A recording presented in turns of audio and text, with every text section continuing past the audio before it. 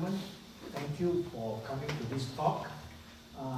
Let me begin by telling you a little bit about the research in NTU. And by the way, my name is Lee Sui. I'm the director of the Institute of Advanced Studies. I also founded this school here, School of Physical and Mathematical Sciences. Now, NTU has progressed tremendously in research, especially in the last 10 years. In 2007, if you look into the Web of Science, NTU published about 3,700 publications in that year. Today, it has almost doubled to about 7,050. Now, our good neighbor down the road, NUS, publishes about 8,500 per year. But NUS is a much larger university compared to NTU. So I would say NTU has done extremely well. And it is not a surprise that NTU has risen very rapidly in the league tables. Okay? It's not a surprise. Because of the rise in the amount of research publications, especially in science. And of course, science is not contributed by science alone, also engineering. A large number of the science publications come from the College of Engineering, which we should not forget. Okay?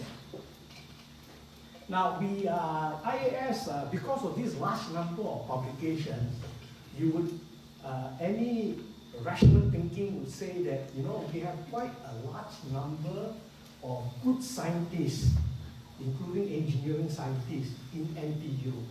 So that's why we are going to start this series of groundbreaking science lectures. We are going to do one every month.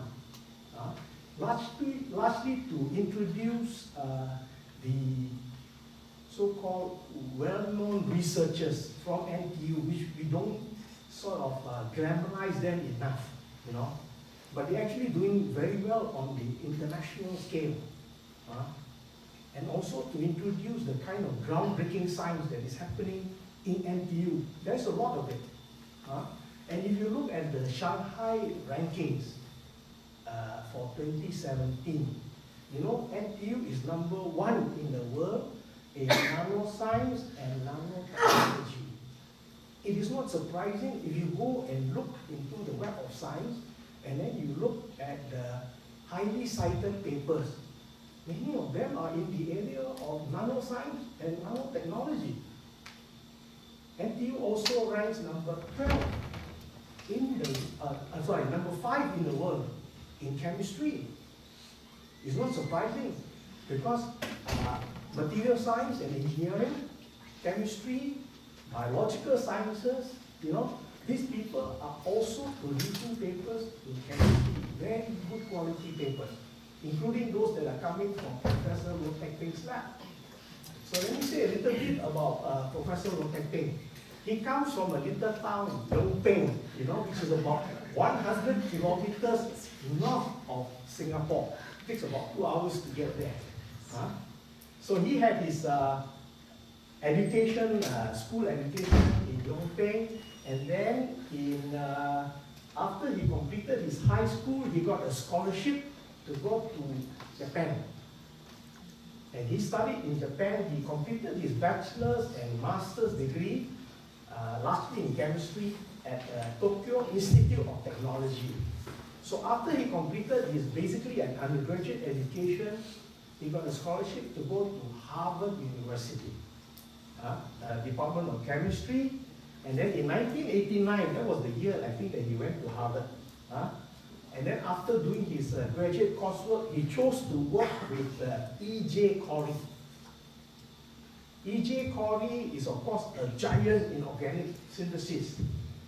1989 he was there. 1990, E.J. Corey won the Nobel Prize for chemical synthesis. So he spent about 5 years in Harvard. And then in 1994, after he completed his PhD, he came back to this region Fortunately, he didn't go to University of Malaya.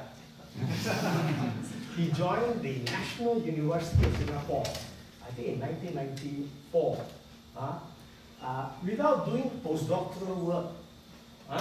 Usually, today's academic path is that if you want to become a professor in the university, you have to complete your PhD, and then maybe spend 2 to 4 years as a postdoctoral fellow to show that you can do independent, good research before the university would hire you. So NUS took the risk, and took him fresh as a PhD. But for a very good reason. If you work with E.J. Corey, you have to work day and night. 5 years is like 10 years in NTU or in NTU-IAS. I am afraid that our students here don't work quite as hard. Because on Saturday and Sunday, when I come back to the lab, sometimes on Sunday, but usually I work 6 days a week. It's not heavily populated, especially in the evening. If you look at the top universities, the graduate students there are all working extremely hard. So I think that culture probably will have to improve in NTU. Well, NUS is the same, but that's not learned from NUS. So when he joined the chemistry department in 1994, at that time I was Vice Dean of Science, I remember that the head of the department, in order to attract him to come to Singapore, we had to buy a 400 megahertz NMR. I think that was the first 400 megahertz NMR in NUS. Then today, of course, we have 300, 400, and 500. I think NUS has got 1 300, 2 400, 2 500. 800. They are 800.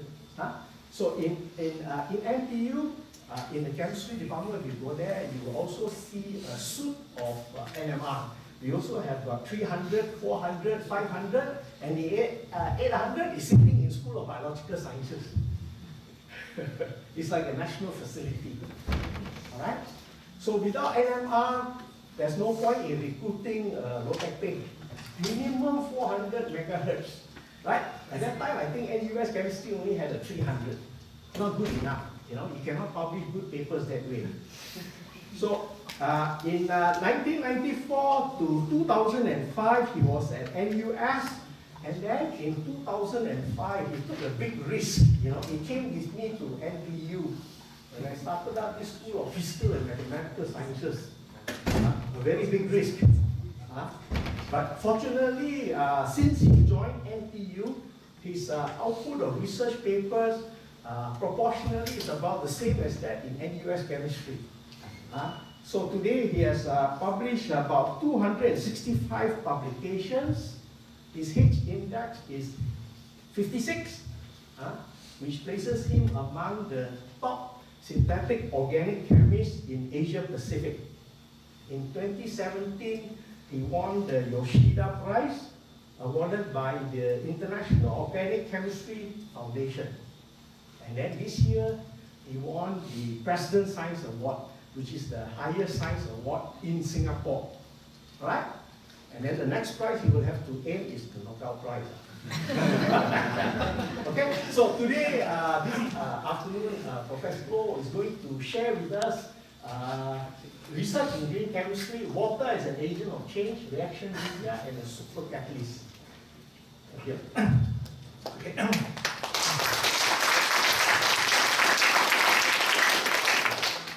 Thank you, Swing, for a very kind introduction. Nice. First picture, I usually don't use research seminar in NTU, very rarely. And this is one of the very few research seminars I've given here.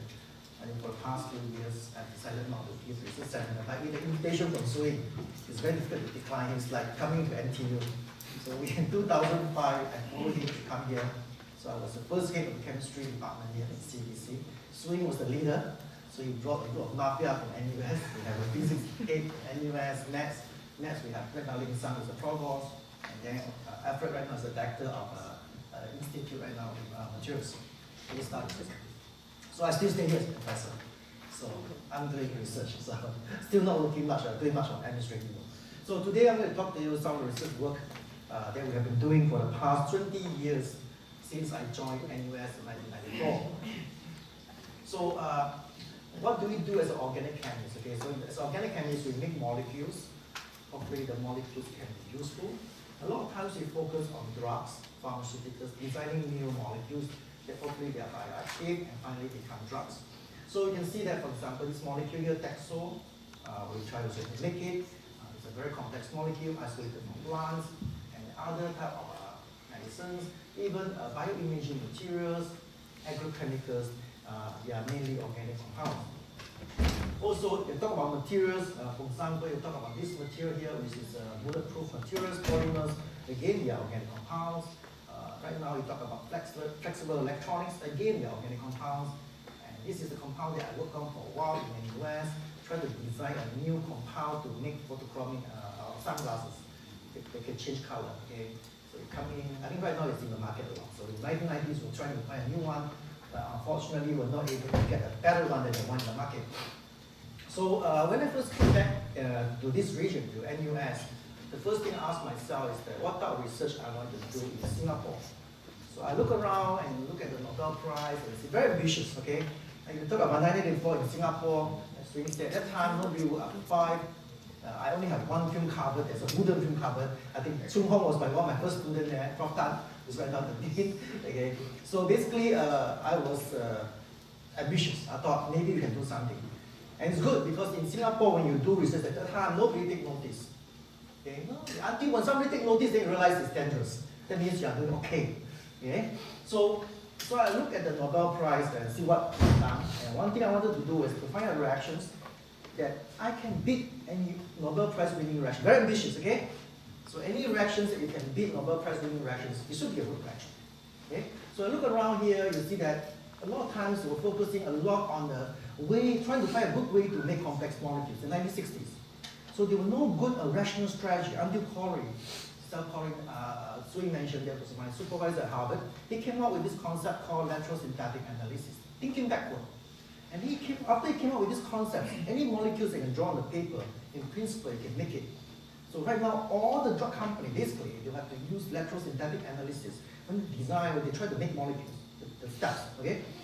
So he also started using computer in coming up with strategy to make molecules. So he's the first one to do really, what they call applied computational chemistry. So he had a group of about 30 when I was there, just doing computer. Okay? Every day they try to come up with programs, come up with ways to come up with good strategy to make molecules. But now these things are right now getting very hot.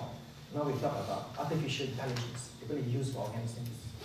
So you look at many other Nobel Prize winners, they are focusing mainly on trying to come up with new and practical methods, just in terms of cost. Basically, we're focusing on cost. Cheap methods to do scale-up synthesis of drug molecules. So this was actually mainly the focus of many groups. But they want something missing here is that a lot of people are not mainly focusing on green chemistry. That means they don't bother much about environmental impact. A lot of times they're focusing mainly on cost. So in the 1990s, a lot of groups started to look into environmental impact, green chemistry, because of the environmental concern, okay? So you look at here, this is Corey. So I like the way Corey do research that you come up with a strategy or idea to change the whole area of organic chemistry. Whole area, not just one simple thing, okay? The whole thing, and then you make it better. You cannot just change it and then you make it worse, okay? So you come up with this thinking, saying that look at the molecules like a shirt, see? You look at the color, they are all similar, the way to make it. You only look at the shape just changed, okay? So same thing, Corey was able to identify the patterns in the molecules. And these patterns looks different, but it's the same way to construct it. So from there, we start to cut it backward, think backward, and then reconstruct the molecules again, demonstrating that we can use electrosynthetic analysis. And this is only just one strategy. Another strategy that people use a lot is on the biological system, inspired by our body. Look at the way enzymes construct molecules. And if you look at the way enzymes construct molecules, they do it in a very fantastic manner, very efficient. And can you come up with a method that beat enzyme as a catalyst to do complex molecules synthesis? I mean, this is another way to get the ideas, okay? So people come up with a different strategy and try to beat the way the biological system do the reactions. So you can see that usually chemists have a bad reputation. You say, oh, air pollution, chemistry, water pollution, chemistry, okay? And then fire explosion, chemistry. So it's always bad reputations, okay? I think for many years we've been focusing just on profit cost, very rarely on the environmental impact. And this is extremely important. For example, you know the Minabata disease in Japan, it caused a lot of harm because of mercury, poisoning, explosions a lot, because we use a lot of chemicals that are extremely explosive. So I think we have to focus. So at that time, before I decided to look into, maybe we should try to come up with methods that safe, green, and hopefully no waste, no toxic waste. So what we do as organic chemists, basically we design chemical entities, not just make it, we have to design, okay, chemical entities. And that's the power of organic chemistry. You can design molecules of your choice, okay? You want to make it color compound, you can design color compound. You want to make it flexible material, you can actually make it, okay? But you want to make it in the most efficient methods, effective in terms of cost. But now we wanted to add in another thing is that you want to make it in an environmental friendly manner. That means it has to be green. Hopefully no waste, no explosions, no fire, okay? So where do we get this inspiration? I think I always get the inspiration from nature, the way our body makes molecules, okay? If you look at our body, we make a lot of complex molecules. We make steroids, biomolecules, and proteins in a very effective manner compared to us, okay, as the organic chemists. So these are some of the biological processes really that impressed me actually. For example, this enzyme here called aldolase, they're able to construct, to do CC bond formation reactions, to do aldol reaction in very efficient manners, and also able to control stereochemistry very efficiently. So in the old days, when we were students, we say that it's very difficult to beat these enzymes. But now, we have many small molecule catalysts that really can beat enzyme right now. Chumho is also working in this area, okay? Organocatalysts. Okay, we have molecules right now that can beat right now enzymes. In the old days, the students would say it can't beat enzyme, very difficult, okay? Things change.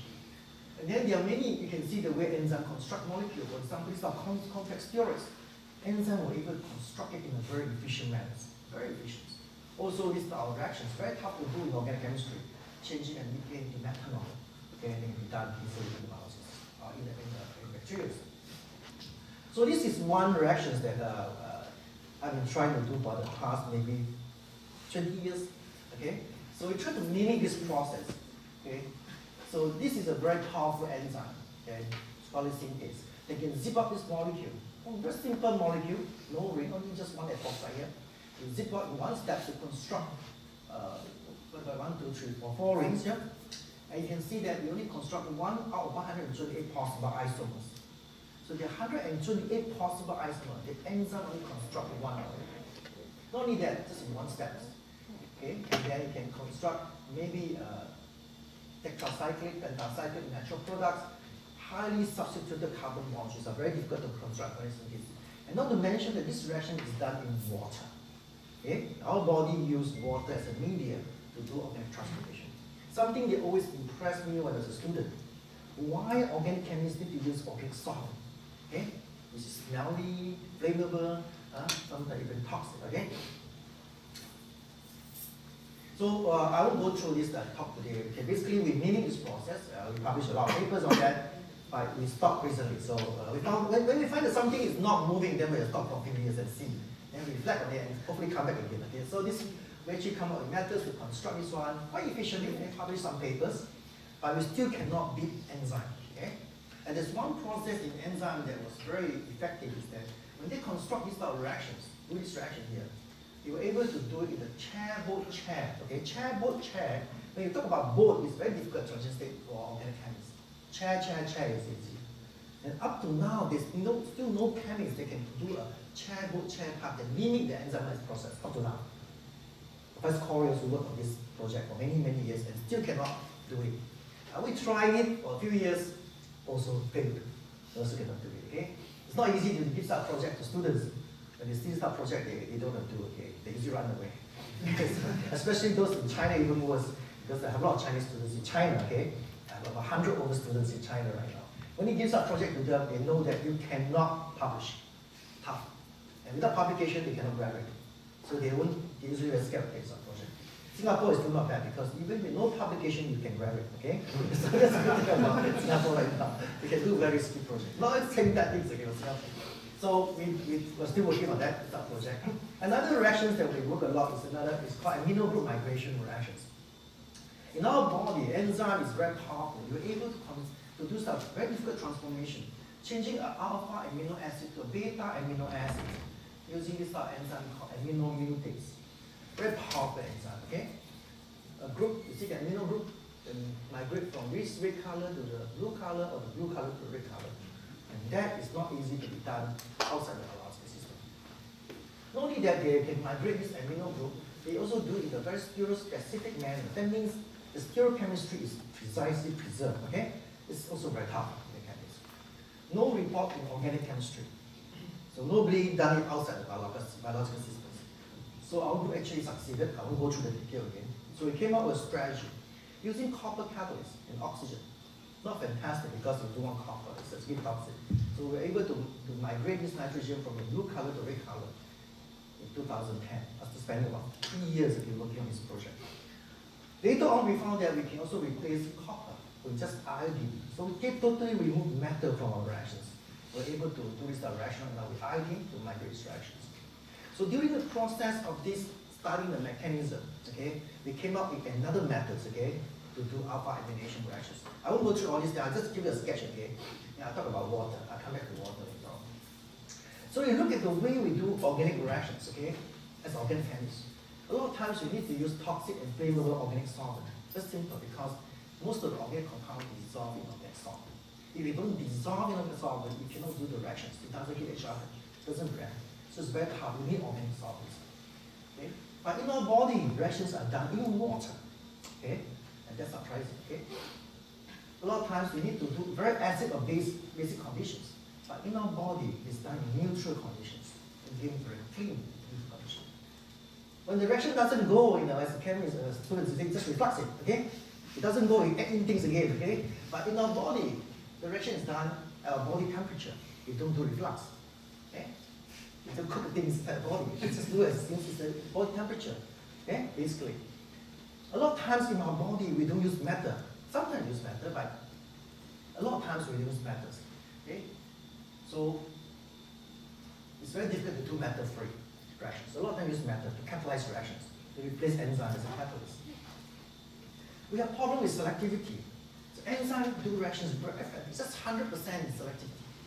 Either chemo selectivity, either stereoselectivity, whatever. It just gives you one precise field. A lot of times, okay? But in our case, a lot of times you get mixture. Okay? Mixtures, unless you come up with good catalyst, and oftentimes just came up with a very good catalyst, just got a paper in science, okay? So it's a very good catalyst, powerful catalyst to do this type of selectivity. A lot of times you use toxic chemicals. But if you do reaction in the body, you do toxic chemicals, you die. So all the chemicals that exist in our body has to be saved. Okay? So there's the difference between an organic chemist and our body as a chemist. The way we do things are very different. So if you can mimic this type of process, I'm sure it's going to be an efficient process. Okay? It must be a clean process because you don't produce toxic chemicals in our body.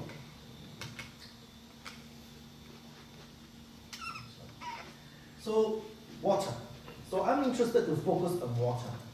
So in the 1990s, when I first came back, at that time, we do not have an aircon in the lab. The lab is like oven.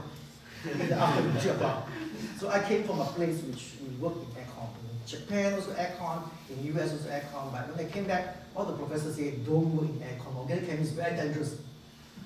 But people like me, I cannot work without aircon, okay? So it's so humid, it's very difficult to do organic reactions. You have to flame dryer flask, you have to put everything in the oven, but when you take out it becomes humid. It's very difficult to reproduce reactions. Because a little bit of water sometimes destroys your reactions. So I thought, maybe it's time to look at water as a solvent to do reactions. If you do reactions with water, you don't need to worry about the humid weather in Singapore. You don't need to worry about the hot temperature, okay, all these things. So we were all doing reactions in a wooden fume cupboard at the time, one fume cupboard that will stop at 5 o'clock automatically, electricity. Okay? That's the time, okay? So we thought water is nice. Why? Again, high school student can do the reaction. And we also have high school students. My first student was a high school student from India actually, from RJC, came here, weekends and do the reaction. So it's very easy if you can do reactions in water. Not only that, it's cheap. Okay, it won't cause fires, no flammable, polar. Okay, I won't go through all the advantages. But as an organic chemist when the students, you always have a fear of water. When you see water, you get scared. Why? Because many of the organometallics reagents that we use in organic synthesis are not stable in water. You touch it, something catches fire. So there's a fear, okay, water. People say, hey, don't do water, it's scary, okay? And then most organic compounds are not soluble in water. If it's not soluble in water, you cannot do reactions. Totally, you cannot knock each other, there's no reactions. So it's tough, okay? And then you say you use reactions to do in water, but at the end of the day, you use organic solvent to do the extraction. You defeat the purpose of doing reactions in water. You still need organic solvent. You do column, you do extraction of organic solvents. So that's still interesting. Then there are a lot of things not well done in water reactions at that time. Not much done, it's still chemical control, and cannot use these reactions to synthesize drugs here because there's so much information about water-based reactions. Okay? And waste in waters are not easy to treat. Because most of the industry, you talk to them and say, oh no, I don't do water because the waste in water, we don't know how to do treatment. So there are still a lot of problems associated with water-based reactions. But despite all this problem, we decided to start this project, this research program.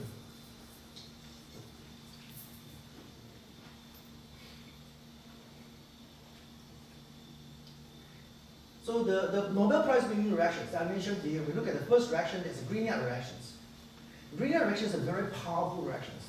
You can convert the carbon delta plus here. If you insert the metal, it becomes a minus. So you can reverse the polarity to form a C minus. So C minus and C plus react. If you cross the activation energy, you form a CC bond. So a very powerful reagent because it creates C minus carbon ion reagent.